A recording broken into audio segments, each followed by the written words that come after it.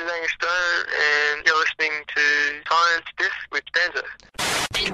Welcome to Torrent This with Dando. Now I am joined on the line by a man who, although is mostly known for writing music with his sister Julia, including their smash hit Big Jet Plane, he has recently released a solo album titled Broken Brights, which has the new single Monsters.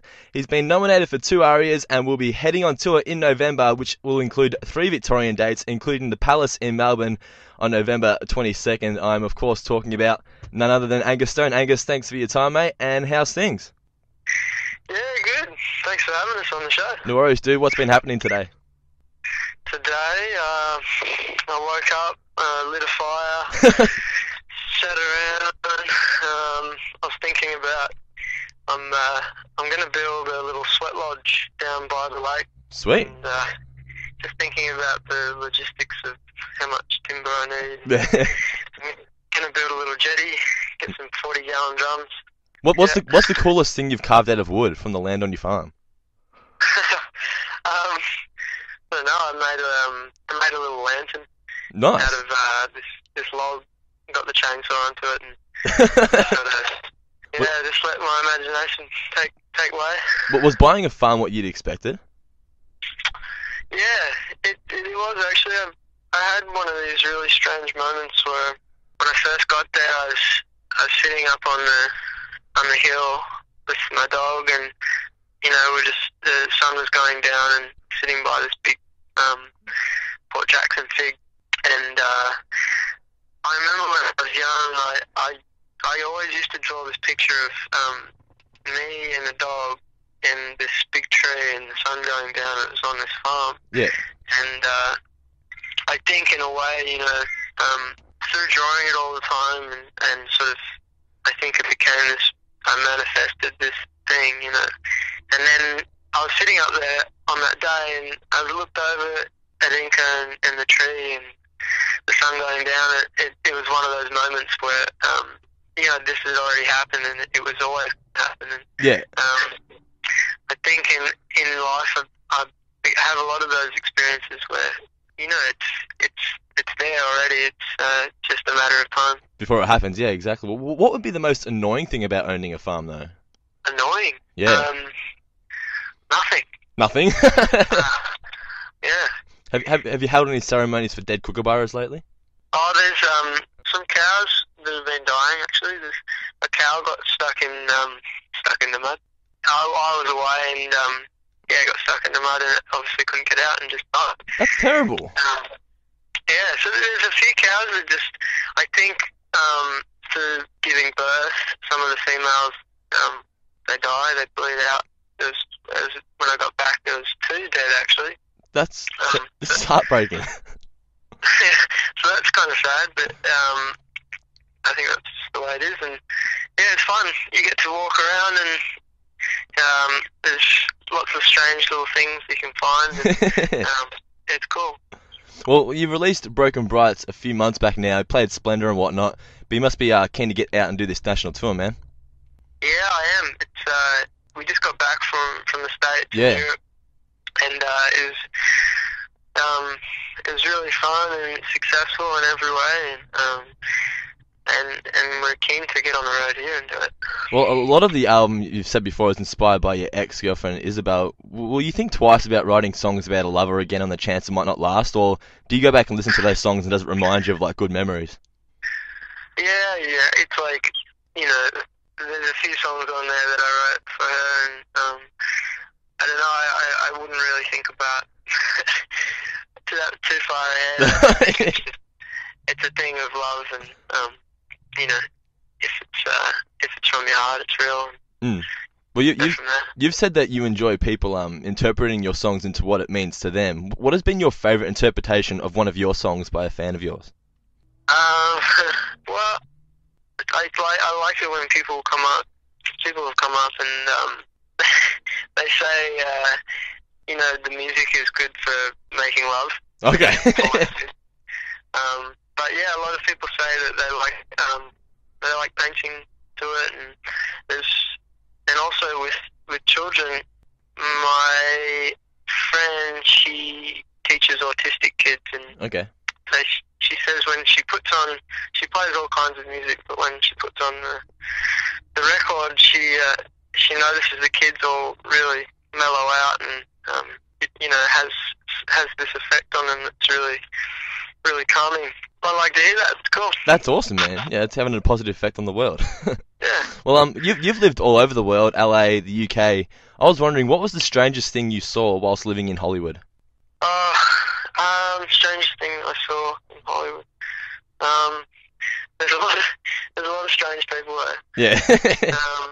But I don't know. I think we lived like right, pretty much beneath the Hollywood sign. Yeah. And the most bizarre thing that I saw was when we were moving house, there were these cars that they sort of patrolled the block, and there were these paparazzis. And when we were moving house up there, we got this guy to drive the removals truck all the way out of LA, and all the cars that the paparazzi were following them, and he like was on the highway, and he was splitting off at the last minute. And then he made his way all the way back, and he's like, I think I lost them, and we met him at the house. And then probably about an hour later, I saw this car come up, this like black SUV, and the windows were tinted. And this guy, we were unpacking, and he was sort of parked up the street. And I sort of was like, that car, it's sort of strange looking. I went up and I tapped on the window, and I looked in, and there was canvas sort of blacking out the windows, and I was like, hey man, I know you're in there, come out. Yeah. And this guy like crawled out of this little booth in the back of his car. And he was all nervous, and he was like, sorry man, I'm not going to tell anyone, it's all good, man. It's just a little weird, I don't know if I'm comfortable with, you hanging out taking photos. Yeah. And, I think that was the weirdest thing that I experienced, and, Oh, well, you scared the shit out of someone. That's all that matters. Yeah. Well, like I said before, you're touring Australia in November. You're also heading back to the UK in December. Will you be back in time here for Christmas? Yeah, I think so. I might spend it with my family down in Sydney. And, Yeah. So yeah, I'll be here. Who always got the better Christmas presents, you or Julia? We don't really give each other gifts At all? Nah, we're tight asses like that. Yeah. Well, how often do you get back to your dad's place these days, your mum and dad's place?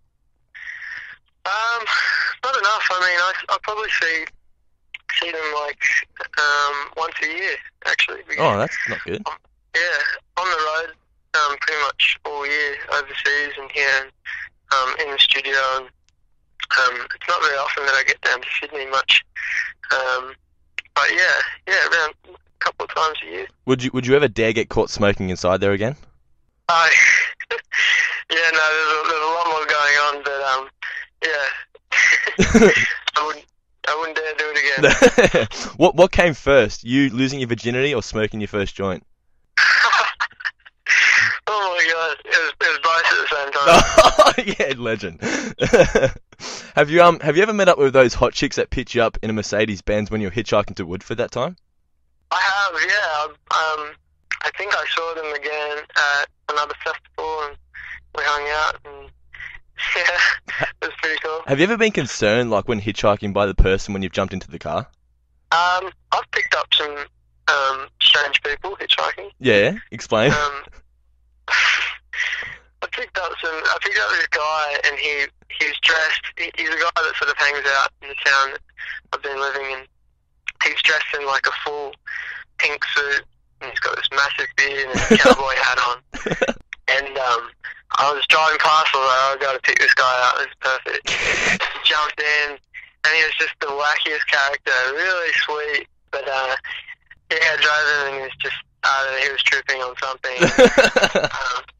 I like those characters, they sort of like, you're like, that's cool, these guys are just doing it. That's right. They're crazy, but they mean no harm. Yeah. Drift around. Well, I've read and watched so many interviews with you, and almost every time the person's raved about like how chilled out and relaxed you always seem to be. However, I want to know what makes Angus Stone angry. Maybe when it's at the conveyor belt, the baggage carousel. Oh, yeah. Sometimes you can't even, like, people, like, bring their trolleys right up and themselves and, like, stand right at the belt. So no one actually can get through and see if their bag's coming. Yeah. You gotta give it a little space. That's it. That area is just the workbench. Yeah. Get yourself off and get moving. But it doesn't really bother me that much. I kind of sometimes I'm just like, Come on, man. Yeah. Are you sick to death of hearing the 3 words "Big Jet Plane" by now? Yeah. Yeah. Yeah, I never really liked that song. And it's like that. It's always going to be the song that you're just like, damn. Yeah. Why did they pick that song to become popular? Yeah. But I think that's just the way it is. When I wrote it, I was like, oh, this is cool, whatever. And then 3 years later or 2 years later, it has this thing, and you kind of just got to live with it, whatever.